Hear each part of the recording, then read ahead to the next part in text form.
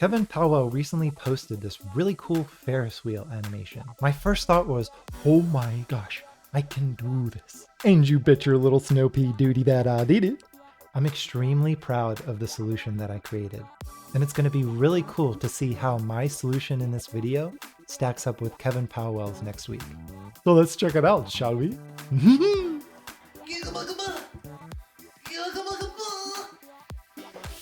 Stretch before you code. As with every component, there is markup associated with it. So I'll have a Ferris wheel, class of Ferris wheel. Yeah, that'll be my wrapper. I want to have an inner class, so I'll do Ferris wheel inner. And I always like to bring that unique prefix over to other classes as well, so that I have unique classes when I'm styling my component. And of course, there'll be an image because he featured an image within the center. And for accessibility, it's always good to have an alt attribute specified. I already know what this image is going to be. It's going to be, I'll let you know later. But it is going to be me. And I'm going to have an ordered list. I think there should be some kind of order to whatever I'm going to create inside of each list. No, yes, inside. Bleh. Do you feel that way sometimes? You're writing markup and you're like, I need my class Ferris wheel list. So that prefix is still coming over. Oh, I forgot to style the image. I like to put my classes up first, even though it's C, A, A, B, C, whatever. Ferris wheel image. For the class. Class Ferris wheel item. Yeah, each one's going to be an item. And within that, I want it to be clickable. So I'll have a link. Oh my goodness, my fingers are not being nice to me today. Class equals Ferris wheel link. Yep. Bringing over that stuff prefix again. And then I'm going to use material icons. It just is really easy with Codepen to use material icons. Otherwise, I'd use an SVG directly. Icon. Ferris wheel label, believe it or not. Because we want text inside of each link. It also makes sense for accessibility. Time, go forward. With time slowed down, focus all of your mind and soul into figure out which icons to use and how you will incorporate them into this Ferris wheel menu design. Good idea to stretch. Oh, this is time consuming. Oh. Drink your milk and sip your tea. We're now finalizing the markup section and moving on to styles. Our first order of business will be to get these fonts to work correctly. They do have a guide on how to do that, so I'm just gonna do that. And all right, so we can inject this font face declaration right into our page. Oh no, it goes based on no. We don't need to do that. Forget that. Yeah, let's do this. And this will be on the head element of your page if you're actually putting this into a project. That spacing gets me, but I'll let it fly. Now, if I include the styles that they have here, which is really just making sure that it's using the correct font, it should just work and I should see my icons. Ooh. Oh, do I need to add? Don't do this at home, but I'm going to use this class to style the icon. And it worked. Okay, that was pretty cool. That was pretty easy. Oh, I might actually use that more. But I do like directly inline SVGs, even though it's a pain to bundle them sometimes. Or if you're directly embedding, you can just copy and paste. But still, anyway, I will put this down at the bottom. I do not suggest this. I suggest to have a generic class. I just want to keep things very simple for this video. I will put it as icon styles. Very goofy. Down below, 1, 2, 3, 4, and then copy. Now I want to style the image. Oh, yes. I want to make sure that there's an image within the center. And I'll just have it as Ferris wheel. Yes, these are my component styles. Perfect. Let's move on to my image. And I got this pretty handsome guy right over here. I'll copy that image, paste it in. Where is my image? Perfect, right here. Use the source attribute. Oh, look at that guy. You can actually see his eyes if you stare very deep and close. Moving on. I want to style the image first because it's going to be really big and sort of get in the way. I don't know. Let's make it like, if I make it 100%, it's going to be the width of the container. Let's just do a fixed value right now. If I do width 4 rem, just do 4 times 16 in your head. I can't do numbers. Okay, I want to make it bigger. And I also want there was a border radius in his, yeah, there's a pretty extreme border radius actually.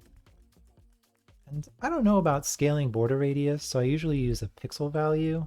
Dang, that actually looks close. If you were to put this on a container and not on the image itself, you might have to put overflow hidden for border radius to work.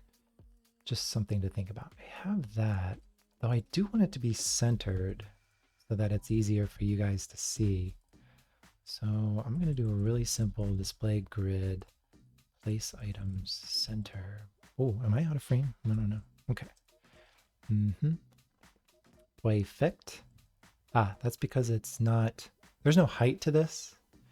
So I could potentially add some global styles. Yeah, I'm going to need to do that. I'll put some globals.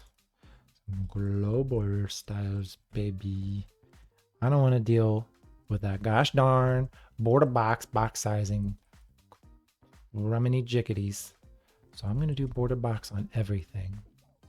And in fact, not just everything. I'm going to do asterisks. Asterisks all over the place. Yeah. And then I want my height. I want the HTML and body to be full screen in the window. So I'm going to do height 100%. Nothing happens. Wow. Okay. That's because Ferris wheel doesn't have a height itself. So since I set HTML and body to height 100%, I think I could do this, inherit. Pretty good, right? I like to space out my property declarations. Yeah. All right, so we're getting there. The other thing that's weird is that my list actually has styles to it. Those are the default browser styles. It has numbers next to it since it's an ordered list, and it has margin and padding. So if I inspect, oh my goodness gracious, if I inspect this, yeah, see, look at that. There's margin on the top and the bottom, and then padding, which is the green on the left. I want to get rid of that altogether. So I'm going to do margin 0, padding 0. You could specify which one, padding left, margin top, bottom, but I don't like to do that. List style, none, you brother. Okay, now that I have that, what's next on the list? We have our icons and we have our labels. Let's work on positioning these Ferris wheel items. So I want each item to be sort of in the same spot at first, and then with a loop, we can actually rotate each one based on the index of that loop. So each item is going to be position absolute, that's for sure. And I know that I wanted it to be centered at the top. If I do the list, if I put position relative on the list, that's not going to get me what I want. I'll just show you. I think it's going to be below this image. Yeah, right there. Okay, so I want it to be up top. I'm going to put that sucker, on the wheel or the wheel inner. So the wheel itself is full width of the page, but I just want my anchor to be the wheel inner. Oh, and this is a good trick to point out. There's actually space below the image, and if I put display block on the image, it would get rid of that space. Or it could be the list, but there's no margin on the list. Anyway, I want to put the position relative on my inner container. And that should get my list items right up above the image on the top. Oh, I spoke too soon. I spoke too soon. I spoke too soon. Oh, I want it to be relative anyway. What am I doing? I want each item to be left 50%. Oh, that's why it was like that. Okay. I want to center each item. So I'll center it now just to show you how you would center it. But I'll do this transformation within a loop. Perfect. If I do bottom 100%, not top, bottom 100% would make the bottom of the list item at the top edge of the image. Perfect.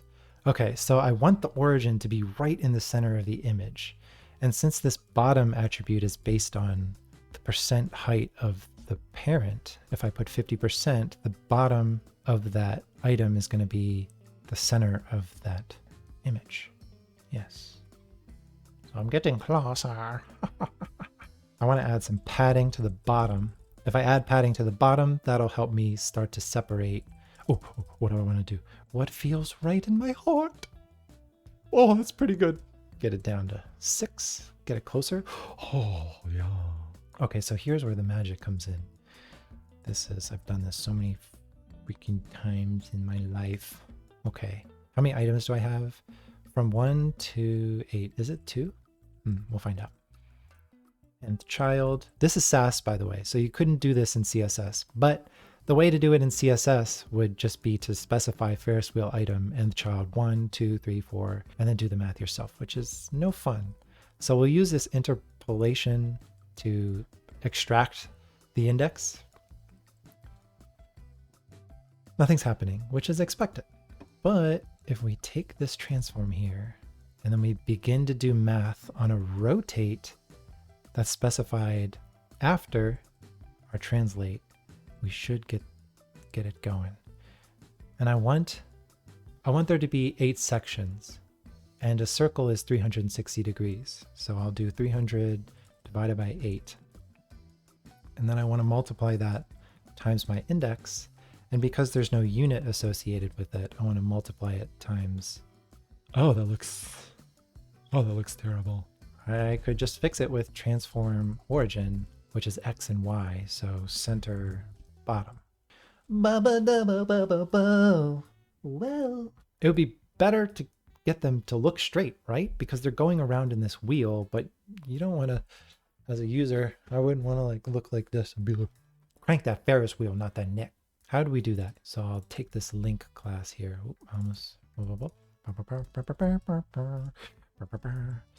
And links by themselves are inline elements. So you'd want them to be block so that they take up the full space of the container. And then we would use the same index here. We would use the same thing. Actually, would we use the whole thing? I think we would. But instead of Ferris wheel link nth child, we would do Ferris wheel item nth child Ferris wheel link. That is expected. That is because it's rotating twice. It's rotating the same way twice. So we rotated clockwise. We need to rotate it counterclockwise, the same value. And if I do -1, yeah. Okay, we're getting closer. You see where I'm going with this? I think it's time to style each little bubble. I think that would make a lot of sense. And it looks like he added different colors to each one. So I'm wondering if I can somehow get a screenshot. I'm gonna get the colors. I'll be back real quick.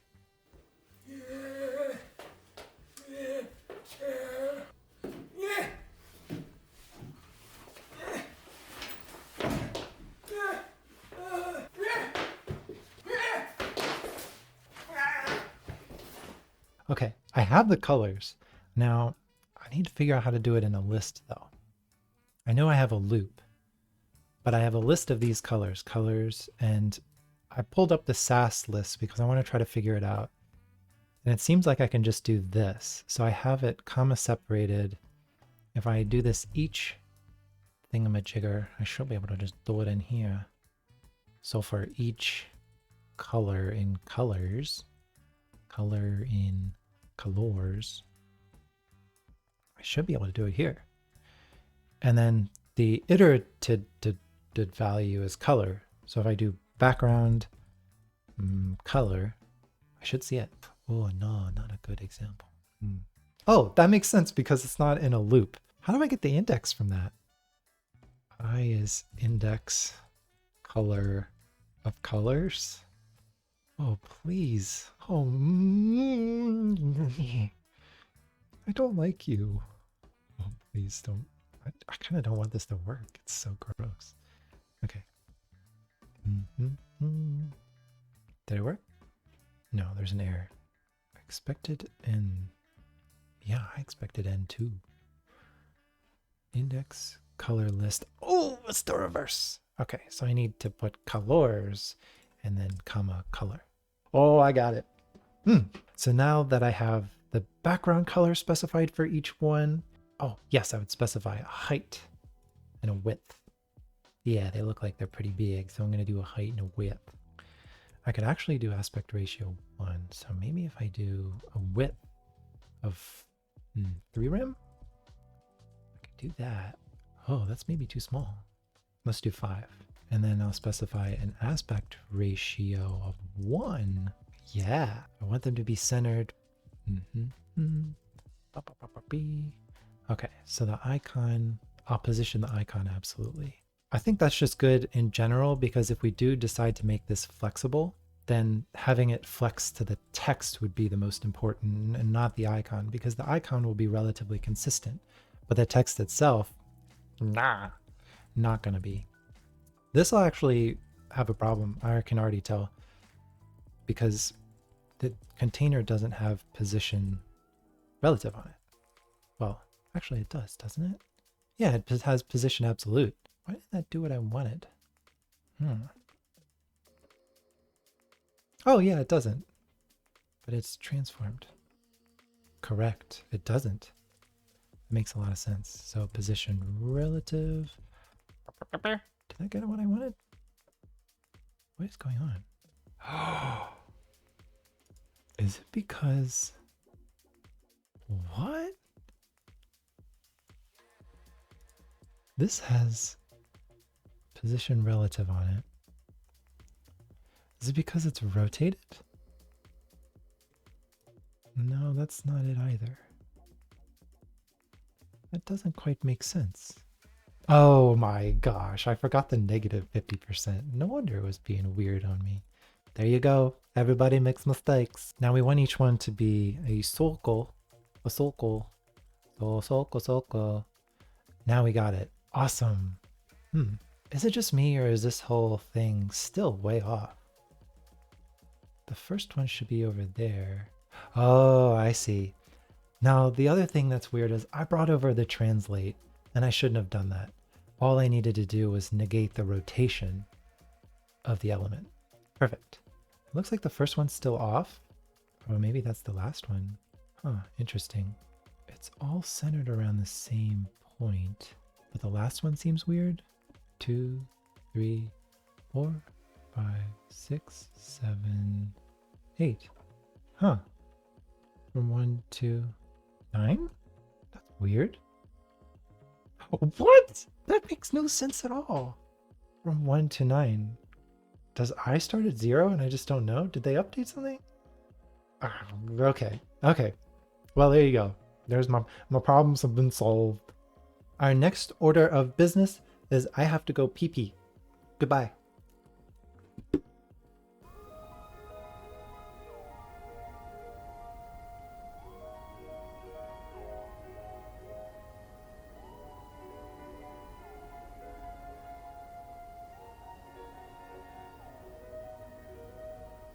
Back to reality.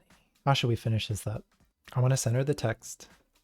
So I could actually put that anywhere, but I've specified this as my sort of centering container. So I'll just do text align center. I'm wondering if I could just take off the width and put aspect ratio. I wonder what that does.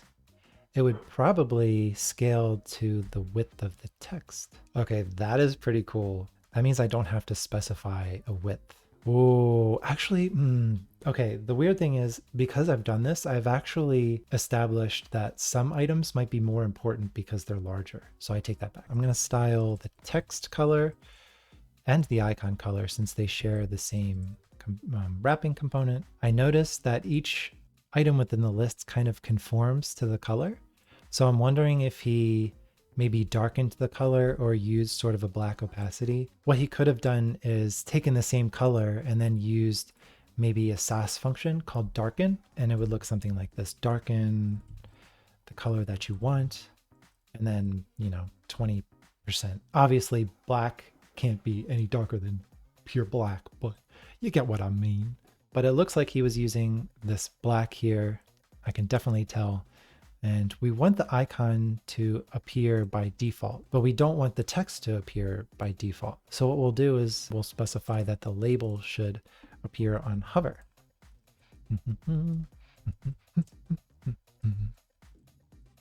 Opacity 0. And you don't want it to be selectable or anything like that before you interact with it. So you would do visibility hidden. It's definitely getting closer. I want to increase the size of the icons. And since the icons are the font icon based, I can just do, are you joking with me right now? I can't do that?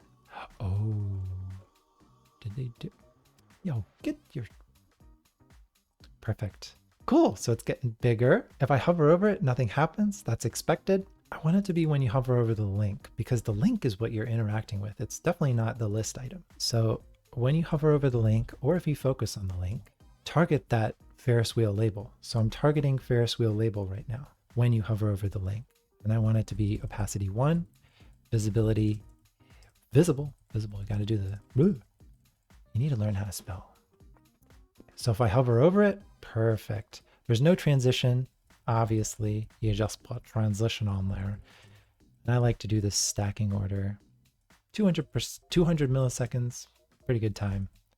Stack that buddy on there. Oh, it's so smooth. Now, you could do some sort of like stacking. Like the icon grows out and fades away as soon as the label fades in and grows in. I'll just start in the meantime. So if I wanted to scale from towards the user into the center, I would do that. That was a terrible explanation, young man. Okay, cool. Okay, so you see it's not transitioning yet. Easy peasy. You just gotta put a transform 200 milliseconds and it should be good. Oh yeah. Oh, I like that actually. And then because this is scaling in, I want the icon to scale out when you hover over it. So I'll take this same, ooh, I want to apply focus state first. So I'll put a focus on that sucker. Oh, I can take the same selector here. Yeah. And then put opacity 0, visibility hidden. So we want to do the opposite of what we did on the, what do you call it? I don't know. What do you call it? The icon. Okay. But we want to animate the same properties. So we'll do 200 milliseconds, 200 milliseconds, transform, 200 milliseconds. Go for it, baby. You could do asterisks, the selector asterisks, and then transition 200 milliseconds, which would transition every single property on the page for 200 milliseconds. Don't do it. Just specify when you're on the element. It's going to be so much of a headache if you just do it all over the place. I want a similar scale as to the text came in, but I want it to be the reverse. I want it to shrink. So I'm guessing if I do this right now, oh, the weird part is I have to bring over this translate. It doesn't know what to do. It's like, hey, you're telling me to go from translate to scale? I'm going to get rid of the translate for you. Get out of here. Perfect. So this should do it. Yeah, nice. I actually really like that effect. It definitely draws your eyes into the text. I don't need this stacking right here. Although I could specify scale, just maybe browsers don't quite understand if I don't be explicit enough. So I'll do that just in case. Now, what I don't like about this text is there's an underline on it. Well, for accessibility, that's really good. So gosh darn, do it. But for this, I'll make it font weight bold. I'm gonna do font weight bold. Font weight 700. I like it. To get rid of the text decoration. Text decoration. None. Oh my goodness, I did it on the wrong element. Of course, it's inheriting the text decoration from the link, so I should do it there. Oh man, I thought I was going crazy. Okay, perfect. I like that a lot. All right, I'm gonna pick a font. I got a font all picked out for you guys. Extremely modern, extremely simplistic. Let's go for it. Dive in head first. Boom. Oh, I want to put a fallback too, just in case. I will increase the size because, you know, I'm having a hard time reading that. Perfect. Perfect. Oh, it's beautiful. Actually, because the colors are sort of pastel-y, you know. The one thing I noticed is that each one is pulsing individually. So let's do that. We've already specified that the link has the color, the item has the rotation, but I think we would need one more element so that we don't have to add transitions or any transforms onto the transforms that we already declared. So as much as I would hesitate to do this, I'm going to put Ferris wheel item inner. We already have a Ferris wheel inner. Oh, I'm going to have to do this 8 times. Okay. Whoosh. All right, perfect. I got the inner thing all squared away. So right now I'm on the link, so I need to go up. Oh, yeah, just so you can see, this Ferris wheel item now has a Ferris wheel inner, and then within that is the actual link. They'll be the same size because link is the defining factor here that's taking up space. See, same size. And that is because position item itself is positioned absolutely. So the next container following it will just take up only that space. I want to do that. I want to get this one. Now I have it. The animation here is going to be, it just grows very, very steadily. And I want to scope it to this class when I specify it. So what do you call it? A bubble? A bubble. Bounce? Not a bounce. A boom. I'll call it a boom. We don't need to go all crazy and specify to and from and all that because we can literally just say, hey, in the middle of the animation, grow a little bit. That's it. Perfect. So when we specify that animation, I scoped it to the, want it to be infinite. That should, oh, that feels so weird. Okay, that's way too much of a grow. Ah, yes, that's much better. Oh, it's pulsing. Looking back at his video, it seems like each one has a delay. Each one is booming at a different time. So what we can do is do the same thing, hook into that Ferris wheel item, nth child. How do I type? I don't. Okay, there's going to be a loop here. There's going to be a loop for I from 1 through 9 because apparently I can't do math. Oh. And there will be an animation delay. Animation delay of 0.05 is really good from what I've noticed from all the Codepens that I have. So we'll tie that into. Yeah. Oh, that didn't work. Oh, that's because I'm not directly targeting Ferris wheel item inner. I was targeting the Ferris wheel item.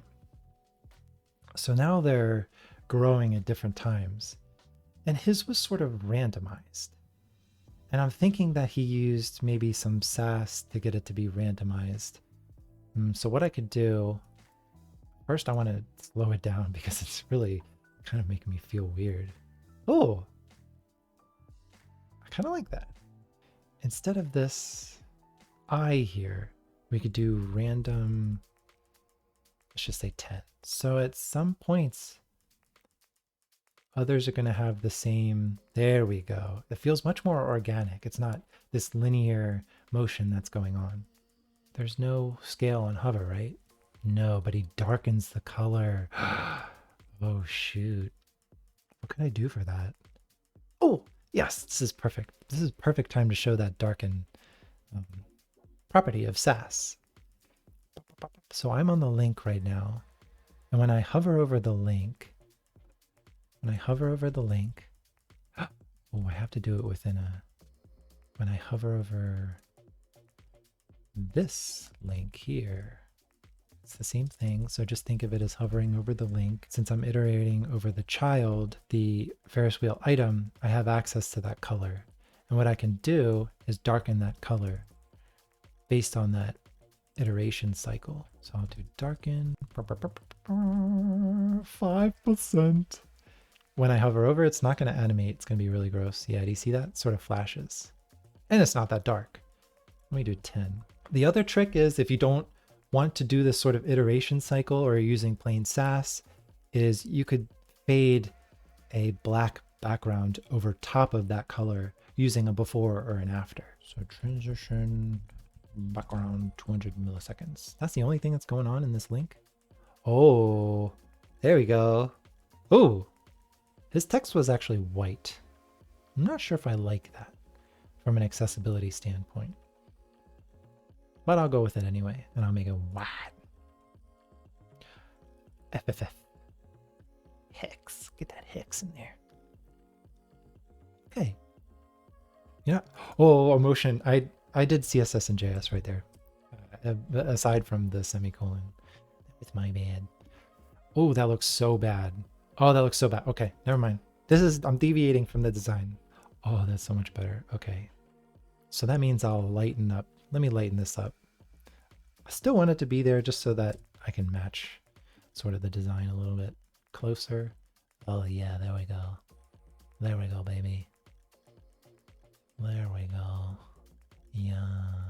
Now here's the fun part. I want it to rotate, but I also want to negate the rotate for every single item. Oh, which means, do I need another wrapper? I think I do. I could hook into the wrappers that are already there, but I think I want to make this really easy on myself. I've transformed the item.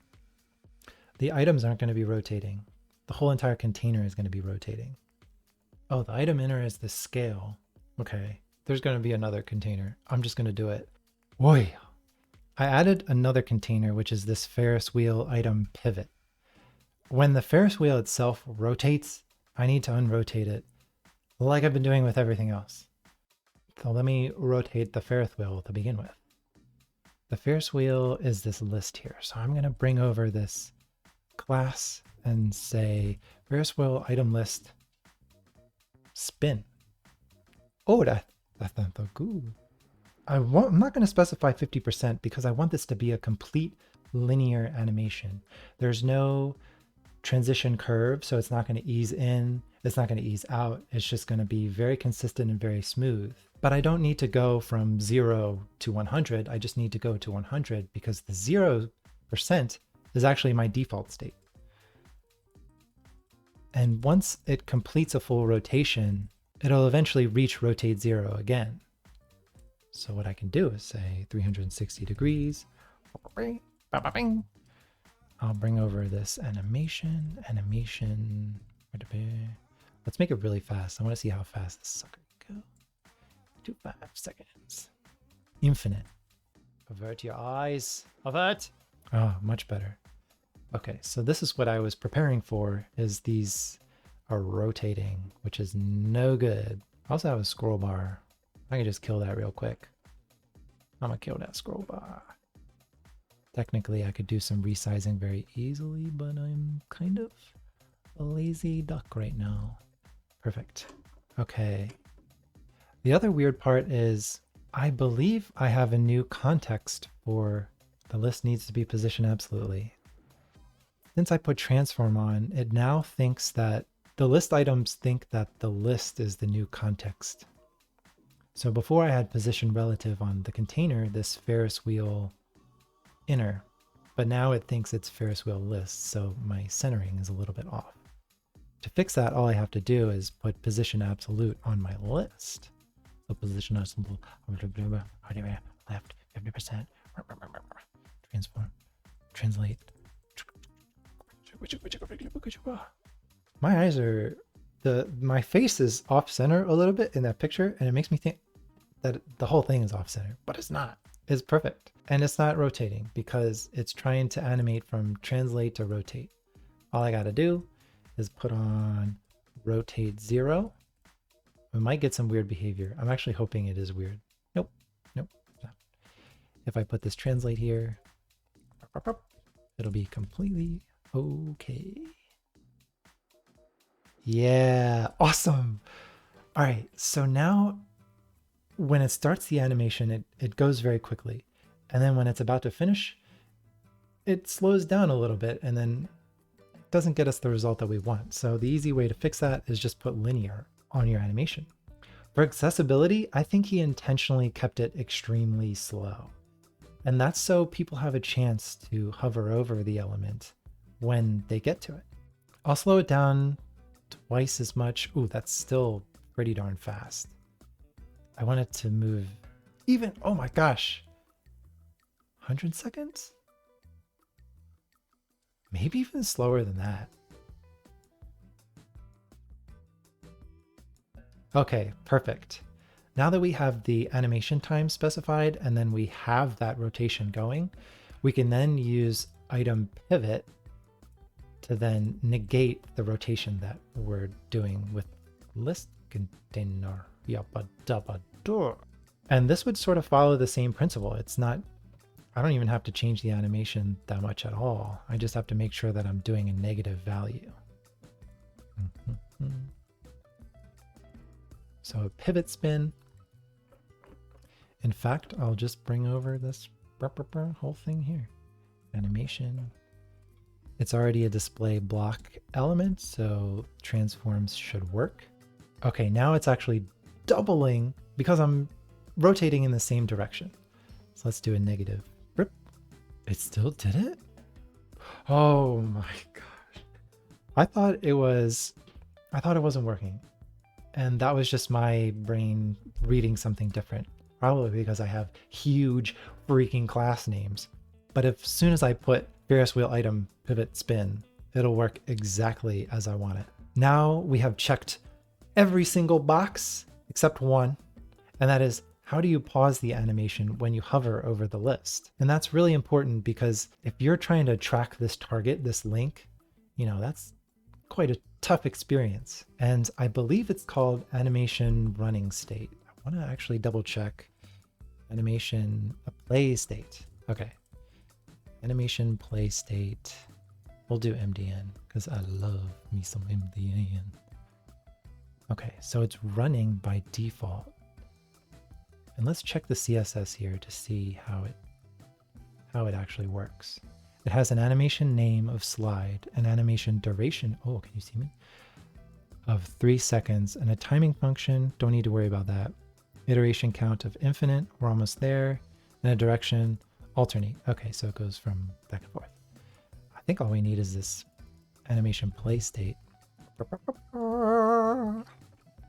we go back to the list, when you hover over the list, when you hover over this list, I want the animation play state to be paused. Correct? Is that correct? Paused. I did it. I did it. Okay. We're almost there. Almost there. I want to see what the... Oh. Okay. I have paused this animation, but it's still... It's so funny. It's still rotating the inner elements. So all I have to do is tie in the same state here. So when I hover over the Ferris wheel list, the item that's pivoting also pauses its animation. So when I hover over it, it pauses the animation. Okay. Animation play state, stat equals paused. This should work. Now the items are doing their bubbly jubbly. They're not rotating within themselves. And I got everything going. Though, what if I focus into it? I'm really not too sure how this is going to play out. Oh, wow. If I focus, it still goes. Which is interesting because I don't oh, it's focusing on other stuff within the page. I don't technically need to pause it because it's with the keyboard. You're not actually using your mouse to target that item. But what if I want to do it anyway? I'm gonna try this. Focus within. So if I focus within, I believe that's my understanding, is if I'm focused within, it'll stop. That does work. What the heck? That's so cool. I'll tie the same thing. Ferris wheel list, focus within. Ba, ba, ba, ba, ba. Oh my gosh, I am very surprised that I did this within. Cool. Everything is working as expected. The hover state looks awesome. The pause looks awesome. And I like that there's that little black ring around for the focus state. It sort of just worked out really well. His icons, his little bubble links are a little bit further apart from each other, and they're actually tinier. It could be the scaling of the image and the screen, but if I wanted to do that, all I would have to do is adjust the padding bottom, and that would pull out that anchor. Awesome. And change the size of each link. So right now I have 6, but if I change it to 5, yeah, it'd be a little bit tinier. Now I don't even, it's probably 5.5. Yeah, cool. There is one thing that I noticed, and this is after the fact, after I did everything, and it's very simple. I left this transform translate -50%, -50% there. What happened was the spacing between all the circles was relatively small, and then as time went on, that translate was actually taking effect and the spacing was growing. Just check that if you're actually doing this within your project. Just delete that sucker and get consistent spacing across the board. I think we could do a lot of cool stuff with this. We could, at least for mobile, you can have the image be clickable, so wrap it in a button and then activate a class within the list. You could have the list have a white background and a box shadow. Each icon would have the circled color, and then the text would be next to that circle icon in just a list format. I think that'd be pretty cool. With media queries, you could then start to tackle on those animations, those hover states that we have for this Ferris wheel effect. And maybe even a cooler approach would be if this component comes into view, you could then have the items grow from the center of the image outward into this Ferris wheel shape. There are just so many cool things you could do with it. I'm extremely excited to see what Kevin Powell does. I'll be checking out that video, and I hope you do as well. I have more videos like this, and I really hope you check them out. So with that said, see ya! The most evil creature Earth has ever known.